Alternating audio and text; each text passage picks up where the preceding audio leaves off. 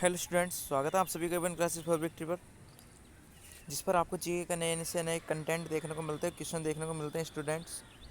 और यदि आपने हमारी कल की सोलर सिस्टम की क्लास आई थी, उसमें हमने ऐसा करके आपको बताया था कि आपको और कभी बाद में सोलर सिस्टम पढ़ने की ज़रूरत ही नहीं है। इस तरह से हमने आपको सोलर सिस्टम बताया था। तो स्टूडेंट्स, आपसे विनती करते हैं आप सभी जाएँ उस क्लास को देखें, चैनल पर सर्च करके। आपको चैनल पर ही उस वाली क्लास मिल जाएगी। सभी जाएं वहाँ पर, ज़रूर विजिट करें उस क्लास को। वो एक ऐसी क्लास है जिसकर आपने वो क्लास देख ली तो आपको फिर दोबारा सोलर सिस्टम पढ़ने की आवश्यकता ही नहीं होगी।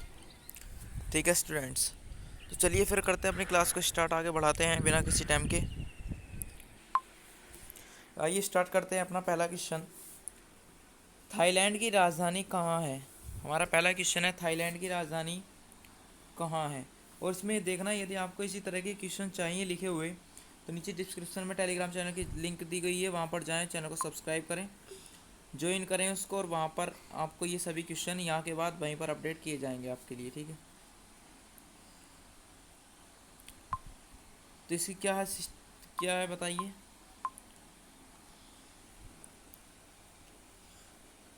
तो थाईलैंड की राजधानी कहाँ है? तो थाईलैंड की राजधानी, option number D is right answer, Bangkok. Thailand की राजधानी बेकांग में स्थित है। चलिए नेक्स्ट क्वेश्चन की ओर चलते हैं। नेक्स्ट क्वेश्चन हमारा क्वेश्चन नंबर 2। ईरान की राजधानी कहाँ है? ये राजधानी की राजधानी क्या है? चार ऑप्शन आपके सामने, पेरिस, काबुल, थिम्पू, तेहरान।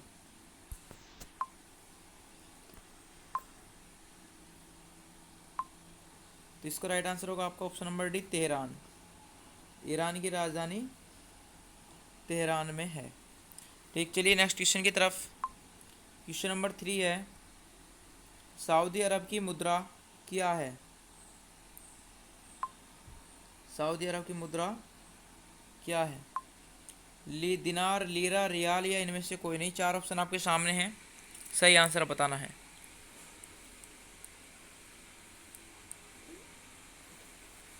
तो इसका राइट आंसर होगा option number C, riyal. Saudi Arab की मुद्रा रियाल है। ठीक, चलिए नेक्स्ट क्वेश्चन की तरफ बढ़ते हैं अपने अगले क्वेश्चन पर। Question number 4।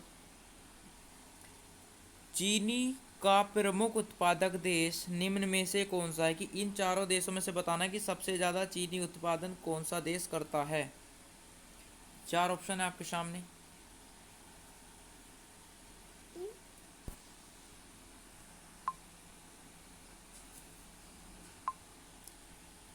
तो इसका राइट आंसर है option number C, India. Bharat एक ऐसा देश है जो सबसे ज़्यादा चीनी का उत्पादन करता है। चलिए ये नेक्स्ट क्वेश्चन की तरफ बढ़ते हैं। Question number 5। पेरिस किस नदी के किनारे बसा है? बहुत ही इम्पोर्टेंट क्वेश्चन है, बहुत ज़्यादा इम्पोर्टेंट है, परीक्षाओं में बार बार पूछा गया है। तो इसका राइट आंसर क्या होगा?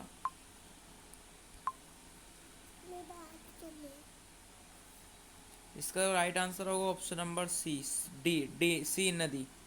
पेरिस सी नदी के किनारे बसा हुआ एक शहर है। नेक्स्ट क्वेश्चन की तरफ बढ़ते हैं, और अब जो क्वेश्चन होंगे वो हमारे हिस्ट्री से होंगे। अपना नेक्स्ट क्वेश्चन, तंजौर के शिव मंदिर का निर्माण किसने कराया था? तंजौर के शिव मंदिर का निर्माण किसने कराया था? आपके सामने चार ऑप्शन है, चोलों ने, पल्लवों ने, पांडवों ने, राष्ट्रकूटों ने।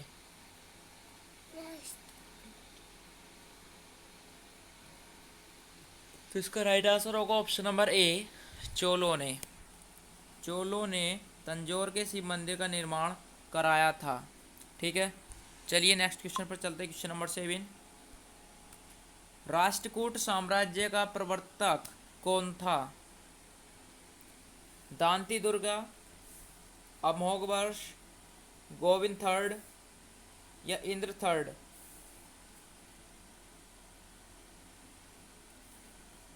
तो स्टूडेंट इसका राइट आंसर होगा ऑप्शन नंबर ए, दांती दुर्गा। दांती दुर्गा ने राष्ट्रकूट साम्राज्य का प्रवर्तक जो था वो था Danti Durga. Next question, question number 8।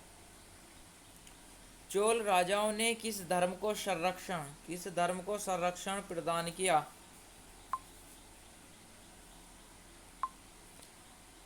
आपके सामने चार ऑप्शन है, जैन धर्म, बौद्ध धर्म, शैव धर्म, वैष्णव धर्म।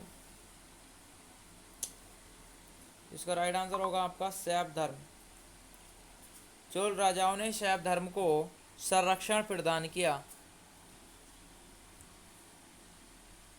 नेक्स्ट क्वेश्चन की तरफ चलते हैं, क्वेश्चन नंबर 9।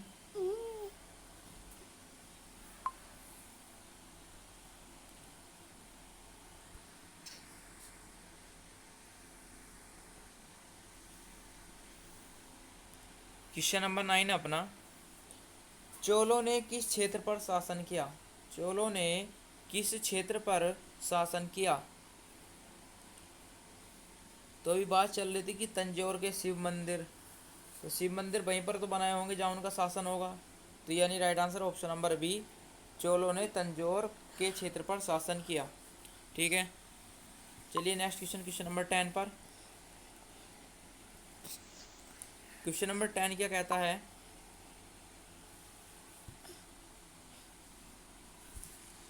क्वेश्चन नंबर 10 कहता है, पूर्वी चालुक्यों की राजधानी क्या थी?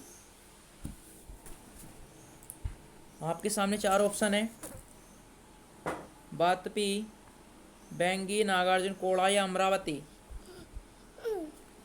इन चारों में से एक को आपको सिलेक्ट करना होगा।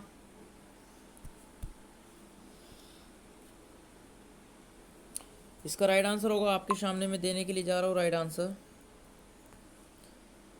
इसका राइट आंसर होगा ऑप्शन नंबर बी, बेंगी।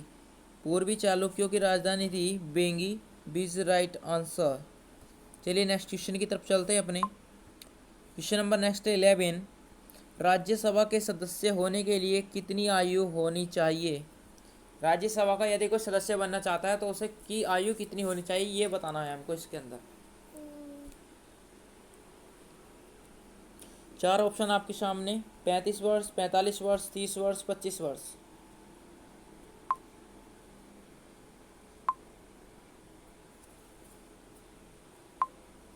इसका राइट आंसर होगा ऑप्शन नंबर डी, 30 वर्ष उसकी आयु होनी चाहिए। चलिए अपने नेक्स्ट क्वेश्चन की तरफ बढ़ते हैं। क्वेश्चन नंबर अपना 12 है, लोकसभा में शून्यकाल कितने समय का होता है? लोकसभा में जो शून्य अवधि होती है, जीरो टाइम, वो कितने समय का होता है?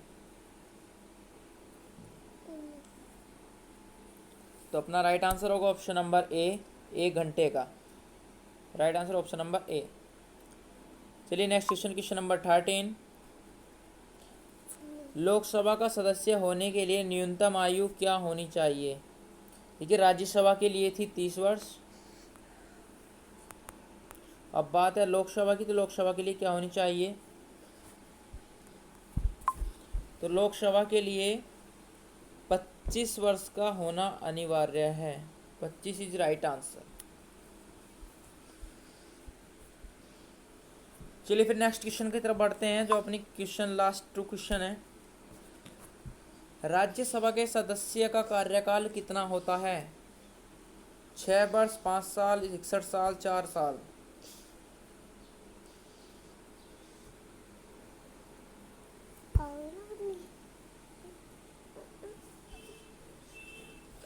इसका राइट आंसर होगा ऑप्शन नंबर ए, 4 साल। 4 साल का उसका कार्यकाल होता है। ऑप्शन नंबर ए राइट आंसर है इसका, ऑप्शन नंबर ए। ठीक, चलिए next question and last question है क्लास का।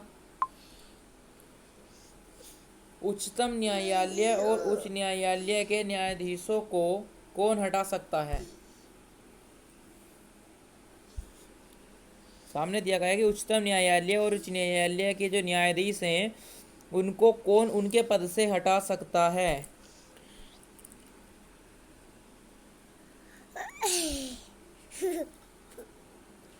जिसका राइट आंसर होगा ऑप्शन नंबर बी, संसद।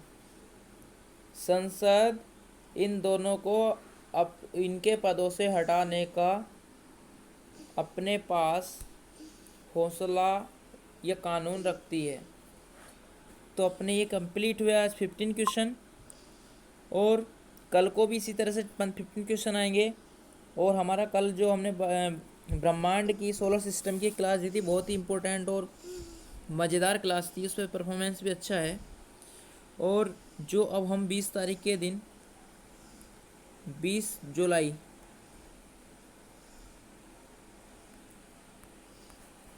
20 जुलाई को अपना एक लाइव बैच लेकर आएंगे।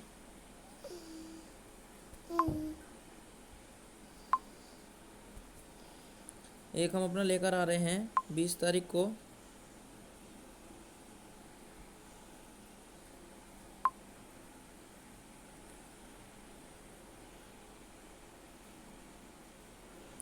जो हमारा ये बैच जो है ये लाइव चलेगा 20 तारीख के दिन। इसकी क्या खासियत होगी, इसमें हमारे टोटल 15 क्वेश्चन होंगे और सभी हैंड टू हैंड लाइव होंगे। 15 क्वेश्चन होंगे, सभी हैंड टू हैंड लाइव होंगे सारे क्वेश्चंस, जिसमें कि आपका परफॉर्मेंस वहीं पर शो किया जाएगा सभी का। जिसके सभी क्वेश्चन सही होंगे, जिसके अगर 48 तक क्वेश्चन सही है, 48 नहीं चलो 45 कर दे, जिसके 45 नंबर हैं उन सभी का नाम उसी समय पर हैंड टू हैंड लिया जाएगा और उससे अगले दिन की कुछ बच्चों का नाम अगले दिन क्लास में लिया जाएगा। ठीक है, तो 20 तारीख का इंतज़ार रखें। 50 क्वेश्चन इन्हीं में से रखेंगे जो हमने पढ़ाया है अभी तक की क्लासों में, तो सभी उन क्लासों को देखें और उन क्वेश्चंस का आंसर दें। मिलते हैं अपनी नेक्स्ट क्लास में, तब तक के लिए धन्यवाद।